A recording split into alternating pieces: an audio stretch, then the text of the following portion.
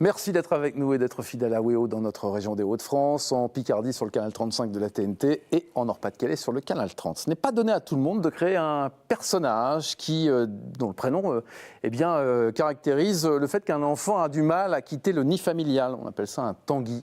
Tanguy, c'était il y a 17 ans. Tanguy est de retour, figurez-vous, au cinéma le 10 avril prochain. Il est projeté ce jeudi soir du côté du Kinépolis à l'Homme et nos invités sont là pour nous en parler.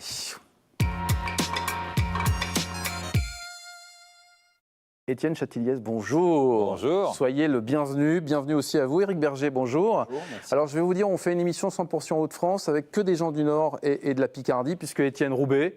Au Marc-en-Barœul, plus exactement. Marc-en-Barœul, ouais. Amiens. Amiens. Ouais, on ne va pas se mélanger. Hein. Non. Pas pareil. Non. Quoique maintenant, si. Avec la région des Hauts-de-France, on est quand même... Non, mais on va rester entre nous, c'est ça. Et avec vous, les amis. Étranger sera chassé. Alors, on va regarder la bande-annonce de ce film, Tanguy le retour, le 10 avril prochain au cinéma. Donc, votre personnage, Éric, revient à la maison, pas tout seul. Non, avec ma fille. Regardez bande-annonce, on en parle après. Filling up my Christmas list with gifts for girls and boys. Oh, champion! There's frilly things and candy dreams and Bon. Oui? Tanguy? Qu'est-ce qui se passe? Qu'est-ce que vous faites là? Il m'a quitté. Oh, mon pauvre chéri! C'est toute ma vie qui s'écroule.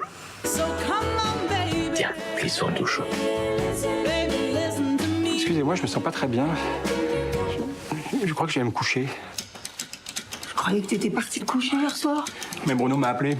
Il a insisté pour que je le rejoigne dans un bar. C'était nul. C'était nul. Jusqu'à 6h du matin. C'est qu'il va mieux. Exactement, il va mieux. Beaucoup mieux que ce qu'il prétend. Je vois pas agréable cet appartement. Il a retrouvé le nid. Je crois même que je le préfère à l'ancien.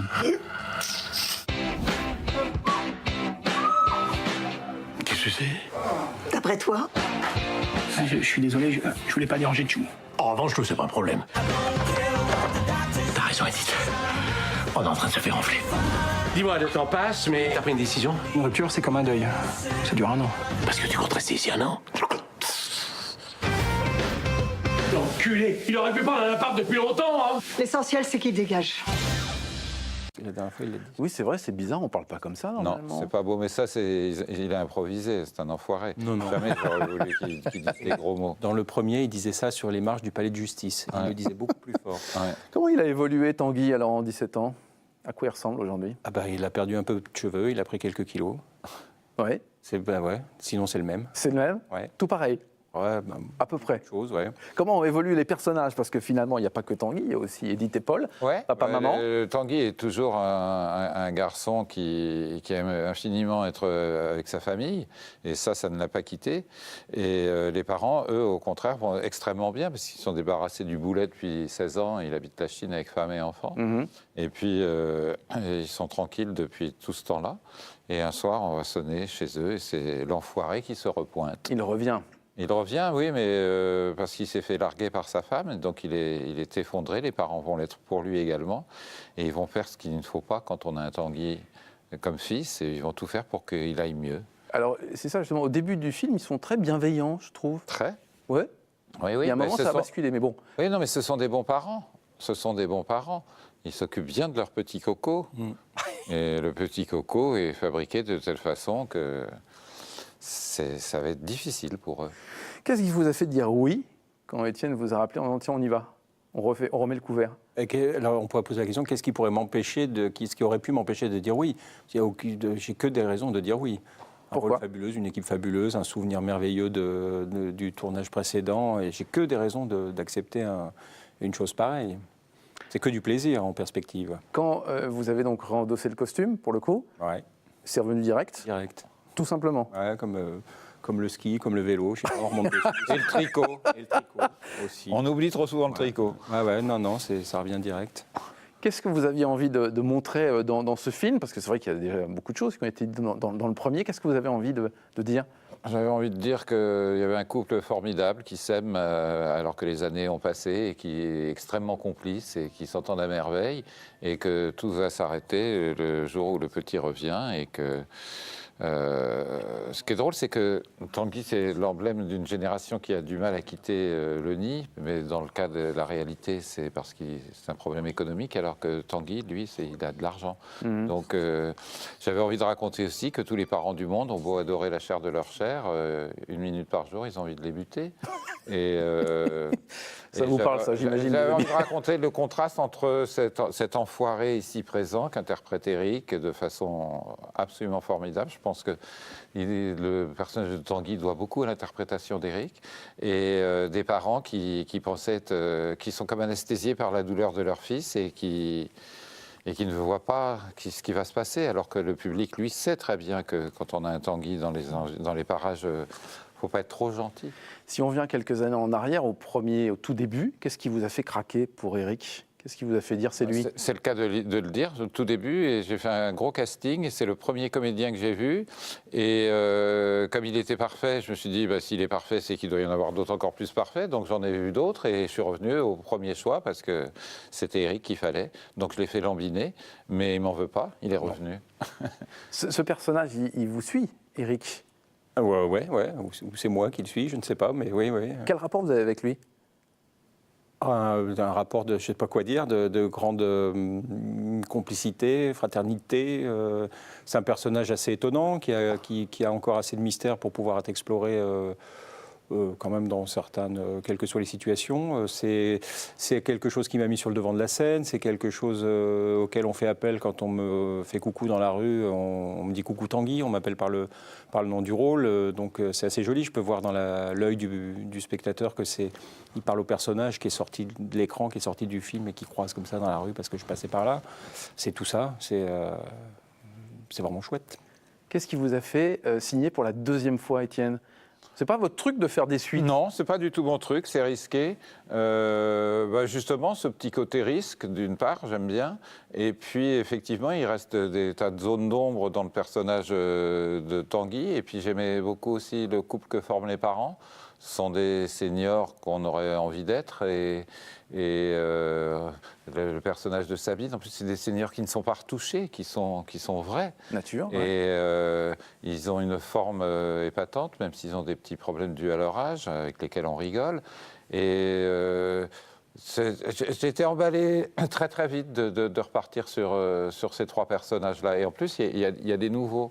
Donc on s'est beaucoup amusé, ça c'est comme le crémier vous dit qu'il a des œufs frais, donc je veux dire qu'on s'est beaucoup amusé, mais en même temps la comédie c'est un truc vachement sérieux à faire, donc on ne s'est pas toujours amusé à le fabriquer, mais et puis moi j'adore travailler avec Eric, Sabine, André. Le plaisir était toujours là. Le plaisir était là, le plaisir était intact et tout le monde était super partant. Et je dois dire qu'on a travaillé de façon extrêmement sérieuse et rigoureuse. Et je crois qu'on comprend la comédie de la même façon avec ces 3 interprètes formidables. Et qu'on était fait pour se rencontrer.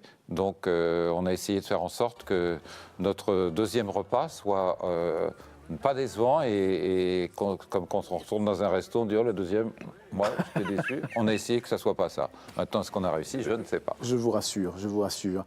C'est quel genre de réalisateur, Étienne Chatiliez? Je sais pas. Il n'écoute pas. Hein, non, il n'écoute pas. Sourd, en plus. C'est un réalisateur précis, exigeant, attentif. On sent qu'il aime les acteurs. Du coup, on a confiance parce qu'on sait que, par exemple, on sait qu'il ne vous lâchera pas tant qu'il n'aura pas obtenu ce qu'il veut. Donc ça veut dire qu'au moment où il dit c'est bon, on est à peu près certain qu'il a eu ce dont il avait besoin et ce qu'il voulait. Ce qui fait que pour nous, c'est très reposant parce qu'on n'a plus on lui laisse les manettes, quoi, et puis on se laisse diriger.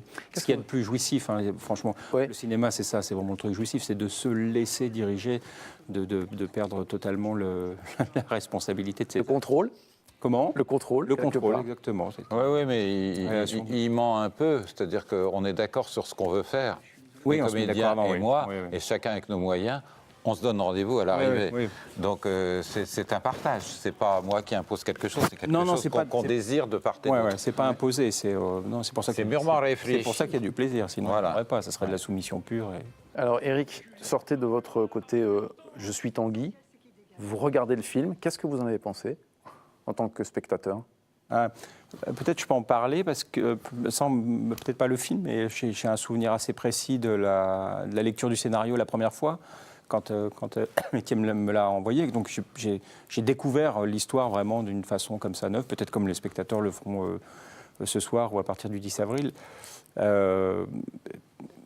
Déjà, il y avait la régalade de me dire d'avoir à commencer dans cet état-là. Je trouvais ça formidable Oui, vous êtes un peu... de l'amener dévastée comme ça au début. Ouais. Et puis, moi j'ai trouvé qu'il y avait vraiment quelque chose. Il y avait le cahier des charges était respecté par rapport au premier. Et puis il y avait vraiment une valeur ajoutée. Il y avait vraiment quelque chose en plus à faire. Et j'étais vraiment épaté de ça. Je me suis dit, qu'est-ce que c'est bien raconté, parce qu'il y a des petites choses nouvelles qu'on apporte en plus, que moi, je sais pas, que je ne voyais pas venir, auxquelles je ne m'attendais pas. Et voilà, c'était ça le plaisir du truc. Étienne, qu'est-ce que vous aimeriez qu'on retienne en sortant de la projection ? Qu'on peut rire de choses graves et que l'humour est fait pour dénoncer des choses. C'est pas mal. C'est pas mal. C'est pas mal. C'est pas mal, hein? Oui, c'est bien. On va le retenir à partir du 10 avril au cinéma. Est-ce qu'on peut imaginer une suite? Ils en ont fait 2, ils peuvent en faire un 3e, non? On n'avait jamais imaginé un film, un 2, donc au jour d'aujourd'hui, on ne pense pas du tout à un 3. Et avec le mauvais esprit qui me caractérise, quand André et Sabine m'ont posé la question, est-ce que tu penses à un 3? J'ai dit oui, ça commencera par l'enterrement des parents. D'accord. Voilà. Donc, mais il y aura des flashbacks. Il y aura des flashbacks, on va revenir en arrière. Voilà, exactement. On va vérifier. Faites-vous votre propre opinion, les amis, puisque ça sort le 10 avril prochain au cinéma. Et c'est donc en avant-première, on l'a bien compris, au Kinépolis de l'Homme. Ça se passe comment d'ailleurs, la tournée promotion? Toujours un moment un peu compliqué pour réalisateurs et comédiens. Comment vous vivez ça? Ça se passe bien, c'est-à-dire qu'il y a une grosse envie des gens et ils n'ont pas l'air déçus du tout. C'est tout ce que je peux dire. Pour l'instant, on voit que des sourires. C'est plutôt bon signe. Ah bah ouais. Rassuré? Très agréable en tout cas. Est-ce qu'on est angoissé quand on commence ça d'ailleurs, en tant que réal? Non, non. C'est-à-dire que les premières projections se sont extrêmement bien passées avec des salles conquises. Donc pour moi, c'est comme s'il était déjà sorti parce que j'ai vu du public, du vrai public, payant, et c'est important, et qui manifeste très vite son mécontentement ou son contentement. Là, c'était du contentement. Donc moi, j'ai l'impression qu'il est déjà sorti. Merci infiniment à tous les deux d'être venus, Éric Berger et Étienne Chatiliez. Merci à vous. À bientôt. Le film sort donc au cinéma le 10 avril, on se le répète, mais c'est le bien de le dire. Tanguy, le retour.